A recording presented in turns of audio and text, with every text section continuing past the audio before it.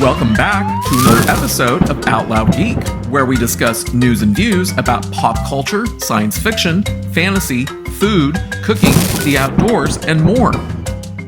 It's time, once again, for another depressing dose of dismal Disney. There has been a huge shakeup in the not-so-wonderful world of Star Wars. The two movies that were supposed to be made by Kevin Feige and Patty Jenkins have both been canceled. But apparently, Taika Waititi's movie hasn't been canceled, at least not yet, and he wants to star in it. When Jon Favreau stepped onto the red carpet for the Season 3 premiere of The Mandalorian on February 28th, the Disney Plus show's creator and executive producer was feeling nostalgic. It's been a while since we've all been together here like this, Favreau told Variety, evoking the November 2019 premiere for the launch of the show and of Disney Plus itself. Favreau said, "It was before the first episode aired. In 2019, The Mandalorian was a scrappy land speeder in the vast Star Wars galaxy, nipping at the heels of The Rise of Palpatine, which was the dumpster fire of a film from director Jar Jar Abrams that was expected just a month later to obliterate the box office like a cinematic Death Star. But instead, The Mandalorian became a global sensation thanks to the incandescent cuteness of Baby Yoda, blasting Disney Plus into lightspeed with 26.5 million subscribers in its first 6 weeks. While the abominable The Rise of Palpatine imploded in spectacular fashion, earning just half the grosses of 2015's The Force Awakens and the widespread scorn of fans. And I will never personally forget the one and only time that I ever watched that dumpster fire of a movie. It was so bad I vowed to myself that I'd never watch it again, and I haven't. And I featured it prominently in my first ever 10 Unwatchable Films video because it is truly unwatchable. And thanks to that piece of trash movie, Star Wars movie development came to a grinding halt.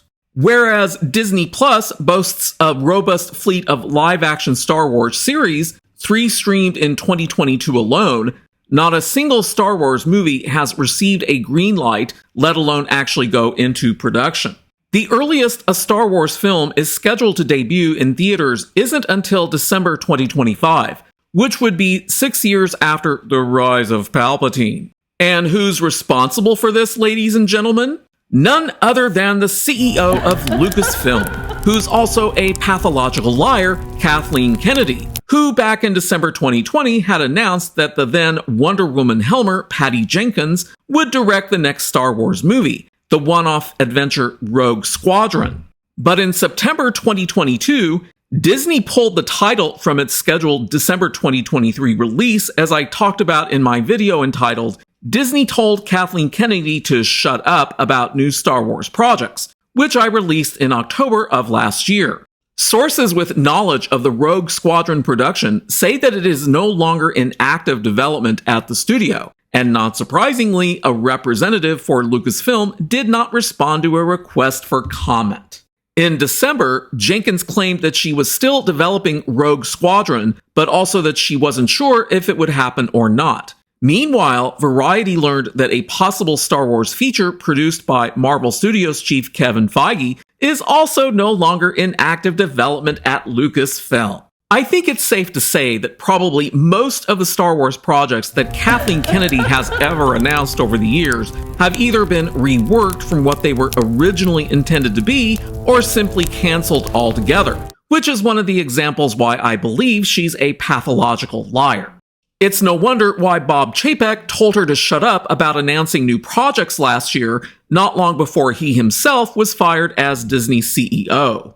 When news of Feige's involvement with a Star Wars film broke in September 2019, it churned up fan speculation, which has since been debunked, that he was in line to replace Kathleen Kennedy as leader of Lucasfilm. Well, that's only because most Star Wars fans wanted Kathleen Kennedy gone. The movie remained alive as recently as May 2022, when screenwriter Michael Waldron, who wrote Doctor Strange in the Multiverse of Madness, told Variety that he'd started working on a Star Wars screenplay for Feige, saying, "I'm enjoying having the freedom on that to do something that's not necessarily a sequel or anything." 5 months later, Feige hired Waldron to write the script for 2026's Avengers Secret Wars, the Endgame-style culmination of Marvel Studios' multiverse saga. Between that project and the 19 other titles, and counting, that Marvel has announced for theaters and streaming in the next 4 years, Feige's responsibilities to the MCU are keeping him far, far away from Star Wars for much of the decade. The way I view it, there could be as many as 4 contributing factors why these 2 movies have been canned. First, Bob Iger announced back in early February that he was cutting $5.5 billion in spending, of which $3 billion was going to be cut from new productions. Second, the MCU isn't doing so well, and with Feige leading the MCU, I seriously doubt that he'd actually have the time to be involved in a Star Wars movie. Third, Kathleen Kennedy could have pulled the plug on both of these films, but it's difficult to say whether she was actually the one responsible. And finally, fourth, I personally think that it was Bob Iger himself who pulled the plug on these 2 films as part of his cost-cutting strategy. But there are still other Star Wars films allegedly being worked on, beginning with Rian Johnson and the trilogy of Star Wars movies that he personally first announced back in 2017 before the release of his truly disgusting film, The Last Jedi, and Kathleen Kennedy has been clear that she still wants him too. But Johnson's immediate priorities, such as continuing his Benoit Blanc movies with Daniel Craig for Netflix and season 2 of his Peacock series Poker Face with Natasha Lyonne, will likely keep him occupied for the foreseeable future. Aw, doesn't that just break your hearts? It certainly doesn't break mine because Rian Johnson has done enough damage to Star Wars as it is. So what possible Star Wars movie could slot into that open December 2025 release date now? Sources say that Thor: Love and Thunder filmmaker Taika Waititi is apparently continuing to work on his possible Star Wars feature, and he would most likely have a part in it as well, which is similar to him having a standout role in his Oscar-winning 2019 feature, Jojo Rabbit. But there's zero guarantee that it won't be canceled too at some point. And although Lucasfilm has yet to officially confirm it, sources have said that the studio is committed to a Star Wars movie from director Sharmeen Obaid-Chinoy, a 2-time Oscar-winning documentarian who made her live-action narrative debut with 2 episodes of 2022's Ms. Marvel for Disney+.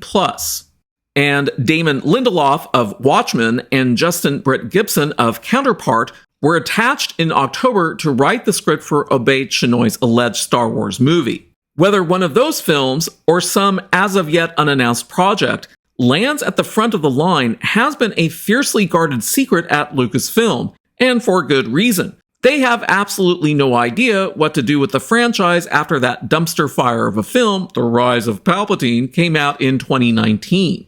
But sources say the studio will begin to unveil its plans for the future of Star Wars cinema at the Star Wars Celebration Convention in London the weekend of April 7th, and I'm so glad that I won't be there for that.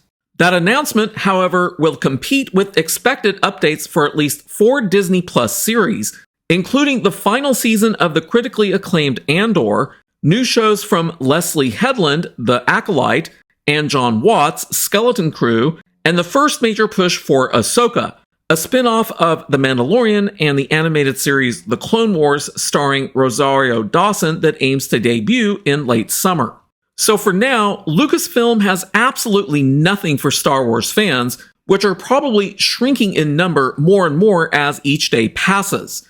Many people were disillusioned with Star Wars thanks to Kathleen Kennedy's putrid sequel trilogy, including myself, because it retconned the most important plot elements and characters from the original and prequel trilogies. The only thing that could possibly help Lucasfilm at this point would be Kathleen Kennedy's departure. So let's all hope that that will happen soon. Thanks for watching today, and a huge thanks to everyone who has subscribed to our channel. We appreciate your support. If you enjoyed this video, please press the like button, and please feel free to share a comment. If you'd like to see more of our videos in the future and help support this channel, please press the red subscribe button, and please press the bell to receive notifications for new content. You can also find us on Facebook and Twitter by clicking on the links in the description. Until next time, this is Out Loud Geek.